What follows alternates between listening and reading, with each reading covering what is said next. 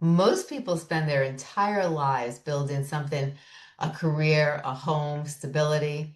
But what happens when you walk away from all of it? Not because you have to, but you choose to.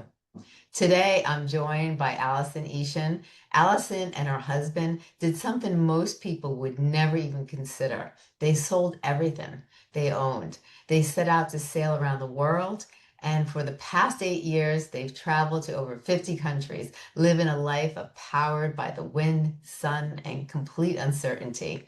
But this isn't just about travel. This is about risk, identity, fear, and redefining what a meaningful life actually looks like. Allison, welcome to the show. I'm so excited to have you here. Well, thank you. I'm excited to be here. Now, let's start with the moment everything changed. What made you decide to walk away from your life on land? Well, it began actually way back when I was about 8 or 9 years old, and I lived on a farm in upstate New York. And I was out barefoot walking through the grass, I guess on the way to the garden or something. And I had this vision that I was standing on a boat and the boat was being powered by the wind. It was a sailboat, and we were flying across the water, and it was just mesmerizing. And I don't really know where that came from because the only body of water around us was a small pond. So Yeah. sailing wasn't something that I was around or that I saw. And I thought to myself, how cool would it be to sail all the way around the world someday? So fast forward to college, and I took up competitive sailing. And my mom also decided she wanted to be a competitive sailor. And she and my dad retired in New Bern, North Carolina. And she bought a sailboat and began sailing on the Pamlico Sound. And Wow. she was an amazing captain and started winning all these really big regattas. And then she had this wonderful regatta coming up that I wanted to be in. And I was 4 hours away at UNCC. And I drove the 4 hours there. And my cousin happened to have brought down with him his workmate at the Philadelphia Naval Shipyard, who was a merchant marine, graduated from Kings Point, and a three-time national dinghy champion. And he brought him to be a ringer on my mom's boat. So we spent the weekend together, and he was the most amazing person I'd ever met in my life. And we were at a bar, we were having a beer. He was getting ready to go back to Philadelphia, and I was getting ready back to go back to UNCC. And he goes, someday I want to sail around the world. I'm like, oh my gosh, me too. We have to get married. So we did. So less than a year later, his dad was a Lutheran minister, and he married us on the lawn where we met, the country club lawn or the yacht club lawn where we met. And the rest is history. I moved to Philly, and he built me a beautiful horse farm because I came with horses. So right over the river in New Jersey from Philadelphia. And we had three kids right away. But when our last child got married, he looked at me one day and he said, it's time. I'm like, time for what? And he said, we're going to do it. We're going to make a 5-year plan. We're going to sell everything we own, and we're going to fulfill our dream, and we're going to sail around the world. And so that's what we're doing. Wow, that is amazing. Now, was there a fear, or did it feel like something that you had to do? There was no fear. There was just excitement and a lot of challenges. I mean, we had to educate ourselves. You don't undertake something like this without really being informed. So we traveled around the country going to boat shows, and boat shows have these awesome seminars where they teach you everything from engine maintenance to provisioning to, the best new equipment. So we spent a lot of time traveling and doing these boat shows and learning what we needed to do. And one of the things that we did is we had listened to this man give a seminar on sailing in storms, which I guess was a big fear for me. I can't say I didn't have any fears. For me, it was like, what happens if we get in this big storm? And this Yeah. guy had been a delivery boat captain, and he had crossed the ocean, crossed oceans like, 20 sometimes in different boats. And he had been in 3 hurricanes and 2 typhoons on a boat in the ocean. So he knew about sailing in storms. And he offered a heavy weather training passage where take you to do 1,000-mile passage over 10 days and sail in heavy weather. You go to the trade winds in the part of the year that most people don't sail in. So there's going to be big waves and big seas. And so we did that because my husband had crossed oceans on merchant ships. He had Mhm. been out in the ocean. I had not, other than maybe a cruise ship, but that's not the same thing. So I'm like, I Oh, needed to have this experience. So when we completed that, he goes, "You guys are going to be great. You're going to be just fine." And he gave us his stamp of approval that we were good to go. wow, that is so amazing. Now, a lot of people dream about making a big change, but they never do it. Like, what do you think actually stops people? Fear.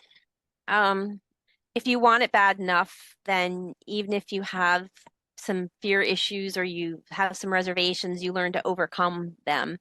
This was a dramatic life change. I mean, selling our house, our car, we have no possessions on land, none. Everything I own can fit in one bag that I treasure. And that's extremely liberating. I mean, there's no feeling in the world like just living on a boat and being in control of your own destiny and not having, places to go, payments to make, any of the jobs and getting where you need to go and seeing amazing things and, enjoying what you have. And it's just a different way to experience life. And it's not for everybody. This is a Mhm. very, very difficult lifestyle and it's very trouble ridden. And it's not if something will go wrong, it's when something will go wrong. So we Yeah. have been in 5 countries now, waiting 3 months or more for boat parts. Because when Wow. something breaks, and if you don't have a spare, you have to get that part. And you don't know where in the world it's going to come from or how you're going to get it to your boat. So we have been in this harbor. We're currently in the French Polynesians in the Marquesan Islands on the island of Nuku Hivu. And we got here in October and our engine broke, a part inside of our engine broke. And even Wow. though we went back to the US for the holidays, November and December, we couldn't find the part anywhere in the world. Nowhere in the world had a spare part for our engine. So we had to come back, take the part out of the boat, ship it to Tahiti, and the guys there said, "Yeah, we can fix it, but we have to order parts for it." So they ordered the parts for it, sent it back to us. Now this was a 3 month process. We put it back in Oh, our engine. We're all excited, like, "Yeah, we're finally going to be on our way again." We went to start the engine, clunk. It didn't work. They didn't fix the part. oh, So wow. now we are ordering our own parts, getting them shipped directly to the boat, and then my husband's going to try to fix it himself. So, there's all kinds of things that can go wrong and things you can't anticipate, but we've learned that we're exactly where we need to be when we need to be there. There's usually some reason, like it's amazing. I put this in my books that whatever delays we have or why, when we're somewhere we don't think we're supposed to be, something amazing Mhm. happens that says, "Oh my gosh, I'm so glad that we're here right now." Right. Oh, wow. That's totally amazing. Now, was there anything that almost stopped you? Yes, our very first ocean crossing when we finally, we did the east coast of the US and got our feet wet, so to speak, and got used to our boat and everything, and we're ready to cross our first ocean. Have you seen the movie A Perfect Storm? No, I haven't, but tell me. So it's a fishing boat that's going out to sea. This is before they had the weather trackers that we have, and two Yeah. storms converge together. And when they converge, they create massive waves and massive winds and really horrible conditions.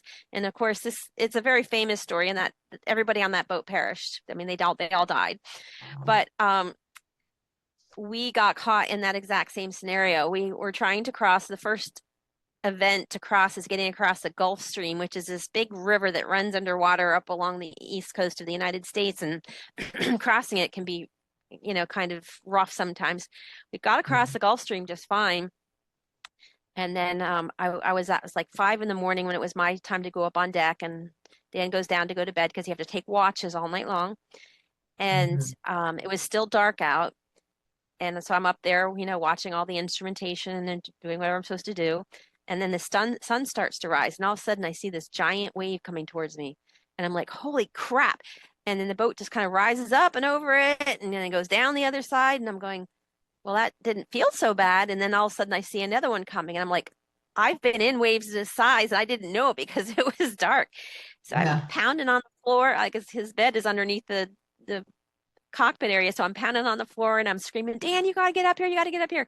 So he comes up and the waves started getting bigger and bigger. And I said, "I can't handle this. I can't. I just went down, got into my bunk and just like kind of huddled there. And the waves got bigger and bigger. And what happened is because the storms were compressing them together, it was causing them to break quicker. And now we had 20-foot waves crashing on the deck of our boat. Oh, wow. And um, so in my bunk, I have two windows on each side, and I could see white water on each side of going across our deck, which means that we were submarining. The waves were hitting us. We were actually going underwater and popping up on the other side. So it was really dangerous. And what happened Yeah. was we had our dinghy strapped to some handrails on the front of the boat. Yeah. The waves were so big that it ripped the handrails out of the boat and washed the dinghy through the lifeline. So it broke the lifelines. And now this, 500-pound dinghy is slamming against our boat and it's Wow. tied to the base of the mast. So it's threatening to take our mast off. If you lose your Oh, wow. mast, you're in really big trouble. So Yeah. my husband had called me back up because you have to come here. You have to do this. And he puts his, life vest on and he clips in because there's a line that keeps you tied to the boat. And he had to go up and he had to cut that dinghy free. Otherwise, we would have been in huge trouble. And when he cut it free, and I saw how quickly it was lost in those waves. I mean, it was a blink of an eye and it was gone. I'm like, if he goes in, I'm going with him because I am not staying on this boat in this storm. I'd rather die out there with him than be here. And then he had to Oh, go my up God. all the way to the bow because the anchor had gotten loosened and it was banging against the front of the boat and was threatening to put a hole because the anchor weighs 70 pounds. It's metal and it's sharp and it was Yeah. gonna gonna break our bow. So he had to go up on the front where it was really bad. And when we would Mhm. drop over a wave, he would actually get airborne. He would actually like come off the deck because it was such a drop down the other side of the wave. So to make a long Goodness. story short, we survived it. But when we finally called somebody at shore, a cousin of mine, he said, you have to get off the Atlantic now. He goes, there's another Yeah. storm coming. So we did an 800-mile loop, or maybe 500-mile loop, and ended up 10 miles from where we started with Oh, my God. $14,000 worth of damage to our boat. Oh, So, my. it was just that the insurance paid for everything, but what it did to me Mhm. on the inside, my very first ocean crossing, and that horror of thinking we were going to die out there Yeah. caused me a lot of anxiety. Hmm. So, I need to take a sip of water. Um, so we eventually got ourselves worked out again and we did cross the Atlantic. But every time the weather started getting worse than predicted and the waves started building higher than they were supposed to be, I had severe anxiety. And I said, I don't think I can do this. Like the anxiety I have is not worth it. So we're in the fast forward to we're in the Caribbean and I kept saying tomorrow's the day I'm going to wake up and tell them I can't cross the ocean because our next crossing was coming up or we'd be Yeah. going to Europe. And I'd say, today's the day I'm going to tell them I can't do it. That you have to get crew. I'll fly and meet you there, but I can't cross oceans with you. So we pull into this harbor, St. Martin. There's 100 boats in the harbor. Yeah. And we have something called AIS, which tells you the names of the boats around you and a little information about them. 3 boats away, guess who was there? Who? The man who we did our heavy weather training passage with, our mentor, John Kretschmer. Oh, wow. So I call him on the radio and I'm like, John, is Dan and Allison? And we have our boat because he actually like gave us a list of the boats that we should buy, like top Yeah. 5 list. And we went on his recommendation. We found the boat number 1 on the list that he said we should have. And I was really excited about it. So he says, well, Yeah. come on over for happy hour. So we get in our dinghy, we go over there for happy hour, and there's a couple other people there. And finally, he turns to me and he goes, so Allison, how's it going? And I'm like, John, it's really bad. We were in this storm. And I explained the whole thing to him, like everything that Yeah. happened. And he starts laughing and he goes, do you know how lucky you are? And I'm like, no. And he goes, your boat did fine. Your husband did fine. And he goes, most importantly, you're still out here. He goes, do you know what the first thing the majority of people would have done after that? They would have sold the boat and never sailed again. He goes, but Yeah. you are still out here. And the chances of that you ever being in that situation again, that perfect storm situation, is like Yeah. 0. And Right. you lived through it. He says, you are going to be fine. And he was the only person in the world that could have looked at me and told me that, and I would have believed him. Right. Wow, that's an amazing story, and that's so scary. Some people would emotionally just like break down. That's an insane story. You said something really powerful. That is, that is life is difficult, but it's incredible. What are the parts that people don't see? The parts that people don't see because they're like, oh, you're privileged, you're living on a boat sailing around the world. Well, what they don't see is the amount of work, A, that it took to get here, and B, the problems and issues we have, every single day. Like something breaks, something goes wrong. Yeah. Um, we've had some amazing ocean crossings. Like when we came across the Atlantic, it was so peaceful and wonderful, and just it's really hard to describe how I used to be afraid to be out in the middle of the ocean and so far away from land. Yeah. I felt alone. And then you reach a point where all of a sudden you feel part that this is your home, that you're in an Yeah. ocean and you're not far away from your from shore. You're exactly, you're part of this world. This is your home in the middle of the ocean, and your whole perspective shifts. And I finally got to that point, and I've heard a lot of like old men sailors, gripe and complain, say, "Oh, I hate ports. I just want to be out in the ocean." And I could never understand it. And then one Yeah. day, I finally embraced it because your whole life revolves around the sunrise and the sunset and the dolphins swimming up to the bow of your boat and playing in the water around you. And, the birds, I've had birds land on our boat. They've like landed on me. They've like landed on my hand or landed on my knee. And I just sit there and talk to them, and it's just, we're all Yeah. part of the same world when you're out there, and it's amazing. But Wow. then when we crossed the Pacific coming where we are now, we had a horrible time, horrible, horrible time. Right. And we actually lost our autopilot and our steering 680 miles from shore. Oh, And wow. thank God my husband is like boat MacGyver, and he was able to get the steering cables tightened so he could still steer. But now we've had to hand steer because normally the autopilot does all the steering, and our Yeah. boat is really big and old and heavy, so it's physically hard to steer, and because we're in Right. 10-foot waves all the way across. Um, and that was a really, really big challenge because when you're hand steering, there's no rest. I could do it for 30 minutes before I was like physically exhausted, and my husband would Yeah. do 3 hours, and then I would do 30 minutes, and so that was like a really difficult thing for us to do, but we did it. And then when we finally reached, that island came into view after you've been 4,000 miles across an ocean, and that island finally like emerges onto the horizon. It's the most incredible feeling. Like it's just amazing. Wow, that is so amazing. What has been the hardest part of this journey? Finding spare parts, definitely. Um, Mhm. because while you have spare parts on your boat, there are things that break that you don't know are going to break, or like something inside of our engine broke and there was no spare Yeah. part anywhere. So that's the hardest part. So we've been in 5 countries now for 3 months or more, just waiting for a spare part to arrive for our boat. And sometimes that's discouraging. And Mhm. you're like, why is this happening? Right. But 90% of the time, something amazing happens during that wait that makes us realize that we're exactly where we are when we're supposed to Yeah. be there.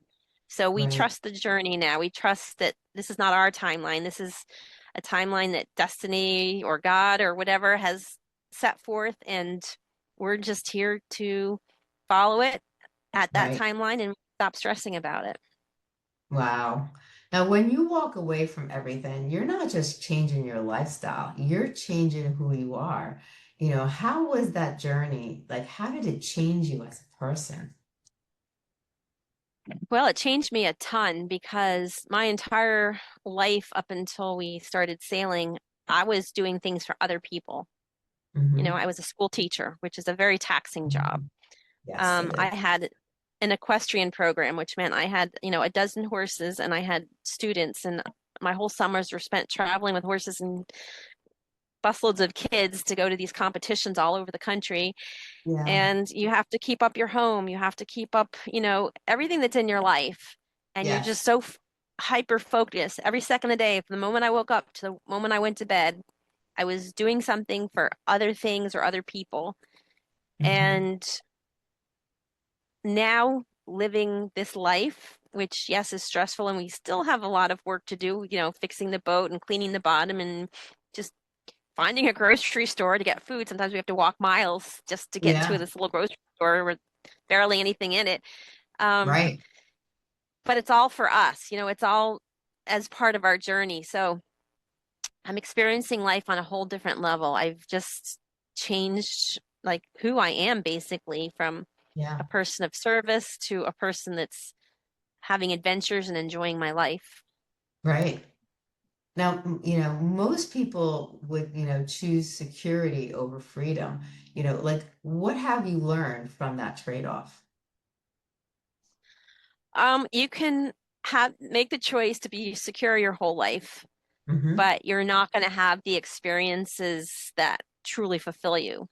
Yeah. So, um, I think people kind of have a misconception about security.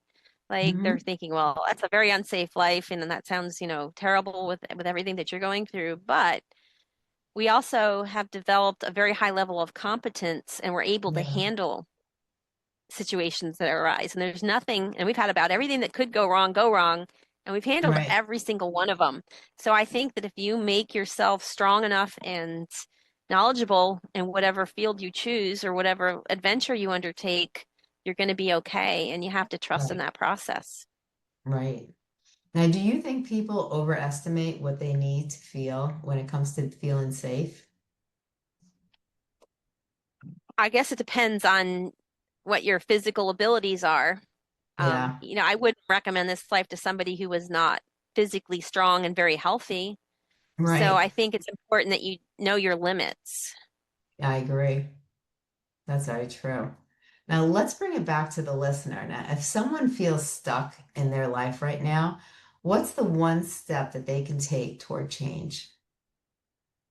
Well, you have to make a game plan and you have to educate yourself. So you've got to know the realities of what it is that you really want to do to make an informed decision. Do I really want to Right. make that change? And you have to talk to people who are doing it, and you have to go to seminars, you have to read books, you have to really immerse yourself in it and then make the Mhm. decision to change. You don't jump into it and say, "Oh, I'll learn as I go along." For Yeah. us, that would have killed us. We wouldn't have survived.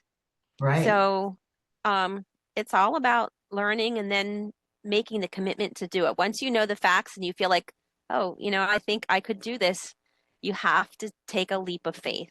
But you don't take that leap without doing your groundwork first. Yes. That's so true. Now, what's one mindset shift that changed everything for you? I think we're exactly where we are when we need to be there Hmm. because I had so much anxiety over not being on the plan that we had planned to be. We were never Right. in a country or a place when we planned to be there, not once. Like, for instance, we get to Ireland and COVID hits and we get stuck there for 2 years. Oh my We could not goodness. leave the harbor for 2 years. Wow. So I gave my husband 10 years to sail around the world. And Hmm. he goes, well, these 2 years don't count because, couldn't foresee this happening. So, you gotta give me 2 more years on our timeline, babe. And I'm like, but at this point, I don't even really care because, it's just timelines are not a thing here. Right. Yeah. Oh, for sure. Now, after everything you've experienced, do you ever regret the decision? Not for one single solitary second. I love it. And we talk about anxiety a lot on this show. Like, how did you overcome the moments of anxiety? Because you went through quite a bit. So, there has been plenty of moments where you were hit with anxiety. How did you cope with the anxiety and how'd you get through it? I did, like I said, before I ran into our mentor, I wasn't coping well with it. And then I guess having faith is what got me through it because there are still moments when I'm anxious, uncomfortable. Things get so uncomfortable sometimes when you're in really rough weather. Oh, yeah. But I've learned that I've let that stop really making me anxious because I know we're safe. My husband would not Mhm. be there and doing what we're doing if we were not safe. So Right. you have to kind of figure out what your demons are Yeah. and what makes you anxious, and then look at Hmm. them realistically. Like, is this a situation where I should have anxiety? And Right. it's not. Now, if something really catastrophic goes wrong, like losing your engine, um, fortunately we got to harbor and got the anchor down. We weren't like stranded out at sea without an engine because you need them to get into ports and put your anchor down. Yeah. Something like that, you're going to have anxiety, but you need to think and problem solve and put that in the forefront instead of just sitting there and worrying about it and being anxious about it. So you got to give yourself tasks. Like, what can I do? How can I help make the situation better? Because the moment that you just wallow in self-pity, it's not productive anymore. And you got to Right. allow yourself to say, okay, I'm anxious about this, but then now what can I do about it? Exactly. Exactly. Now, you are an amazing author and you've written more than one book. Can you tell us about your books? So I did start writing before we left because I was an English major and I really wanted to be a journalist when I grew up, but my life kind of took a real hard left turn when I met my husband, and that like all went out the window. So Hmm. I started out teaching high school English, but I didn't like it because the kids walked in the room and they hated English class in high school. Like they didn't want to be there, and I just found that a Yeah. really toxic environment. So I went and got my elementary ed certification and started teaching third grade. And I loved that because I could teach kids how to write and I could give them my Yeah. enthusiasm for writing. And so I did write a couple books before I left. But once I got to my boat, like the opportunity, the stillness and the quietness, the experiences that we have Yeah. just has absolutely poured gas on the flames of my writing. So I've produced or written 6 books since we've been out, and I write Wow. children's stories. Like since we're huge ocean lovers, obviously, and we have scuba equipment on board and a compressor to fill our tanks, even. So we go scuba diving, and this Wow. opens an entire world that most people have never experienced, knowing how many amazing sea creatures. And the ocean's covered by 80%, our world is covered by 80% water. And there's Yeah. this amazing life that people don't even understand exists, that's Yeah. bigger than the human race, bigger than everything, and it's a magical world. And while I have not yet seen a mermaid, I did write my two mermaid books, and all of the sea life is real. So it Yeah. educates kids about the ocean life and the creatures, and in the back are glossaries with real sea facts about, the things that they've read about in the books. So Yeah. Sienna and Marlin are my first 2 children's early reader chapter books. And then I Hmm. have 2 nonfiction books about our voyage, the first 3 years and the next 2 years. And my third one is going to be probably coming out next month. And then I have a book that was inspired by a dream that I had because I had horses all my life. And we named our Hmm. boat Equus, which is Latin for horse. And we have a giant spinnaker that we put when we're going downwind. It's a big ballooning sail out the front of the boat. It has a giant Yeah. horse head on it. So my sea pony takes me across the oceans now. So that's my connection to horses still. But I Yeah. had this dream about horses because unfortunately I had to get up every single day and feed and take care of horses. So when I sleep at night, I have these dreams that I have to go take care of the horses, and it's really aggravating because I'm still feeding them and taking care of them, and I don't even have any. But Yeah. there were always horses that I knew that I had in my dreams. Well, I had this dream, and these horses, I didn't know them, and I was really shocked because I'm like, who are these horses? And what I came to realize in my dream was they could see inside the hearts of humans, and they were Yeah. looking to see if the humans were good or if they were not good. And I'm like, what a cool premise for a book.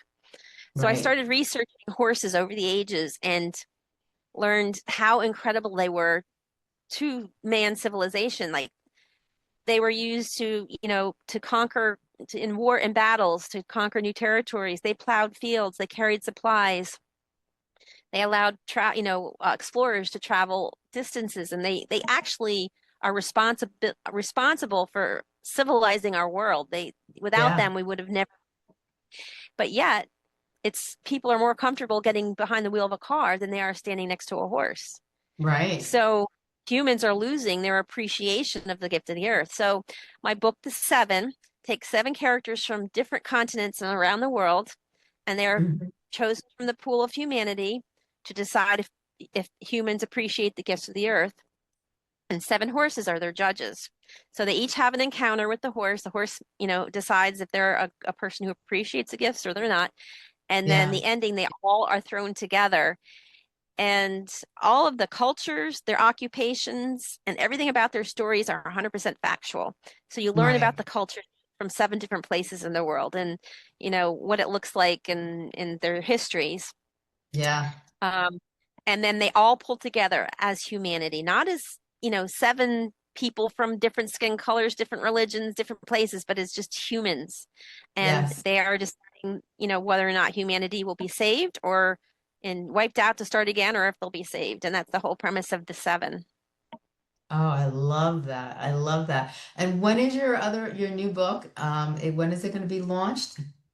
So my third Riding the Waves of Reality book will hopefully be launched next month. Fortunately, I really lucked out. My husband is an amazing editor and cover designer and formatter. So when I'm Mhm. writing, we're a one shop, we're a a well-oiled machine here because I do the writing and he does the publishing for me. Yeah. So I don't have to, hire anybody to do all that stuff, and it's really great and it works well. Oh, I love that. I love that. That is amazing. From our discussion today, what is, maybe one or two things you want people to remember from our conversation as we begin to close?